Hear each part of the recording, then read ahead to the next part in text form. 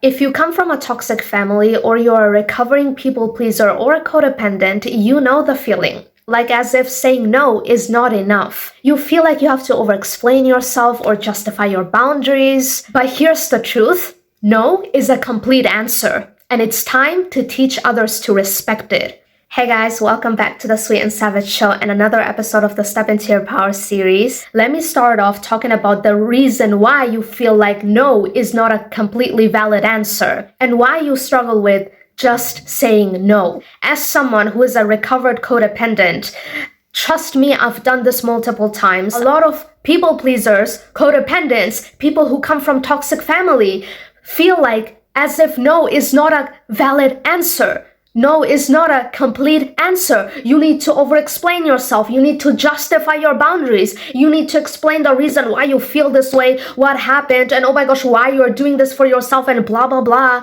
And the reason for that is because if you come from a toxic family, you either are a codependent or a people pleaser. As a codependent or a people pleaser, you believe that how you feel doesn't matter. You feel like your boundaries doesn't matter. You feel like you don't matter. And you will absolutely put others before you and put their needs before you and put their feelings before you and think their feelings is the only feeling that matters the most, and thus leading to you being disrespected and walked all over, as well as, of course, you fear conflict. Of course, you don't want to disappoint other people, be disliked, or ruffle people's feathers. Be seen as the bad guy. That is like your worst nightmare. And whether you have experienced emotional neglect or abuse during childhood or even growing up, and that leading you to being a people pleaser or a codependent, all of these limiting beliefs, these subconscious limiting beliefs leading you to lack of self-respect and self-love and feeling like as if your relationship with yourself and what you want and what you need doesn't matter. If you come from a toxic family or you have people around you who benefited you from being the people pleaser, then of course you're going to grow up feeling like saying no is not a valid answer. That saying no is not a complete answer. Of course, I'm not going to forget about the fact that if you come from a toxic family, you, at the beginning, when you realize, oh my gosh, I come from a toxic family and up until this point, I've been living my life for them. It feels like as if you exist for them, to serve their needs, to serve their ego, as if your whole being means nothing, as if you don't live for yourself, you live for them. And of course, you need to unlearn all of that brainwashing and heal from abuse and all the manipulation, the gaslighting, the blame shifting. Every time you wanted to speak up, stand up for yourself, you are blamed, you are judged, you are hated. You are the villain for speaking the truth. It's like little by little, ever since you were growing up, chipped away at your sense of self, your values, your last bits of confidence, your self-esteem, your self-worth. Victims of abuse are the ones who will say sorry when they're absolutely not at fault, because victims of abuse were manipulated and brainwashed to believe that everything is their fault. And of course, all of this combined will make you believe and think that no is not a complete answer. No is not a valid answer. When you are a people pleaser or a codependent or you come from a toxic family, you don't respect yourself and you feel like you're not allowed to respect yourself and your needs. So I just wanted to explain to you how you growing up as a people pleaser or being a codependent or you coming from a toxic family and why you struggle to say no and why you feel like no is not a valid answer, no is not a complete answer, why you feel the need to over-explain and justify yourself. Let me give you a short example of what over-explaining yourself or justifying your boundaries can look like. Over-explaining yourself looks like you coming up with a few reasons and trying to beat around the bush to try to lessen the impact of just saying no. People do this to avoid either being judged, disliked, or to not offend someone or to not disappoint someone. or to not cause a conflict by just saying no. It can look like you saying, oh, I had a long day, I don't feel like it, I'm really tired, I just had this and that happen at work, and today I don't want to go out. This is what over-explaining yourself looks like. Justifying your boundaries, on the other hand, looks like or feels like as if you're trying to prove something by giving a list of reasons as to why your no is valid and acceptable. For example, oh, I didn't want to go to school because I felt exhausted. That could be your only reason, but instead you say, oh yeah, because I wanted to take a day for my mental health. Oh yeah, because, I've been feeling this way for a whole week. Oh yeah, because I've been working so hard. It's like you trying to come up with all these reasons why your no is acceptable. Back in the day when I was in school, I was sick very often because I was burned out. I had the worst mental health. And in Germany, if you're sick for more than 2 days, you are required to get a sick note from the doctor. So I was actually used to giving the sick note to my teacher kind of often. But one time when I returned back to school, my teacher didn't ask for the usual sick note. He demanded extra confirmation. He wanted a signed letter from my doctor to confirm my reason for staying at home. And it made me feel like as if my word wasn't enough, as if how I felt wasn't enough, as if he didn't believe me. Just for saying how I truly felt, it felt like as if I needed to prove to him why my reason for staying at home was acceptable, why my reason for staying at home was valid. That is the definition of trying to justify your boundary. And it looks so simple, and people are so used to doing this in our society to the point that this is exactly how you get brainwashed in little ways. And my friends, this is the exact recipe for people-pleasing behaviors. For example, you wanting to take a break for yourself, by you feeling guilty about taking a break and coming up with all these reasons why your break is acceptable. As in like, oh my gosh, yeah, like I've been working so hard, my body has been showing signs of fatigue as well, as if taking a simple break for yourself just because you want to is not valid. And I needed to realize this myself. To be honest, I didn't plan to give you this example. Setting boundaries, it's not just about with other people or with other things. It is also about setting boundaries with yourself. Both of these things, as in over-explaining yourself or justifying your boundaries, comes down to the same thing. You feeling like your no is not a valid answer. Your no is not a complete answer. That your no is not enough.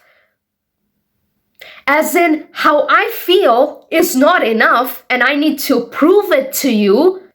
Otherwise, my no is not acceptable. The fact that I feel exhausted is not acceptable. The fact that I simply feel tired is not acceptable. The fact that I don't want to go to that social event is not acceptable. The fact that I simply do not want to talk to this person is not acceptable, is not okay, is not a valid answer. And a lot of it also comes from you fearing other people's judgment when it comes to your decision to just say no, because that's exactly what people pleasers and codependents struggle with. You don't want to be judged, you don't want to be hated, you don't want to be disliked, you don't want to disappoint that relative, so you go great lengths to justify your no, to over-explain, just so that you will not be looked at as bad, just because you will not be looked at as a villain, or be hated, or called all sorts of things for doing that. You see, a lot of it ties to that as well. You will never be able to just say no if you keep worrying about who you are going to disappoint or offend by you saying no. And when you keep saying that, or doing that, or acting this way, what you are teaching yourself, what you are telling yourself is the fact that how I feel doesn't matter. How I feel should be justified. The fact that I need to give you reasons why how I feel is acceptable so that other people will not be disappointed. But I also wanted to mention the fact that this whole boundary setting things starts with you. It first starts with you respecting how you feel and validating yourself. The fact that how I feel matters is completely valid. The fact that this uncle wants to hug me, but I feel uncomfortable with that, that is valid. That is valid. And I respect that. And so I'm gonna say no, because that is completely valid. And I respect how I feel. And I take care of myself by saying no. And I prioritize taking care of myself by saying no. It first comes from the relationship that you have with yourself, respecting your own boundaries and how you feel. Because if you don't do that, you're absolutely not going to be able to set boundaries in the external world when it comes to other people or other things, because you don't even respect yourself or your needs or how you feel. Everything starts with you first, and then influences the way in which you act with other people, or what kind of choices you make when it comes to other people. This is a very important lesson that I needed to learn on my self-love journey. This is the reason why it's called self-love. Because your relationship with yourself is your responsibility. So let's say you are at a social gathering and someone offers you to drink alcohol, and you simply saying no to their request, hey, do you want to drink, is a complete answer, is a valid answer. You do not need to over-explain yourself or justify your boundary by saying, oh yeah, I cut out drinking, I don't drink that much, but I only drink here and there, not that much, I'm trying to cut out drinking as much. Or another example would be, let's say you cut out sugar, or you are on a specific diet. Then someone offering you, I don't know, a piece of cake or pastries, or something sweet they made, or something else that you've cut out from your diet, to just say, no, thank you. Just saying that is actually enough, is actually a complete answer.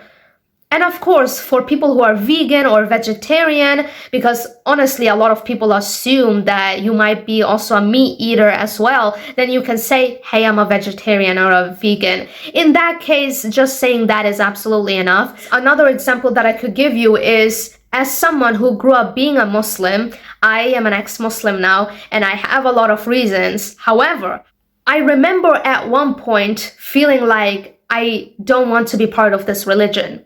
And me saying the fact that I don't want to be part of this religion, just this sentence alone is valid, is complete.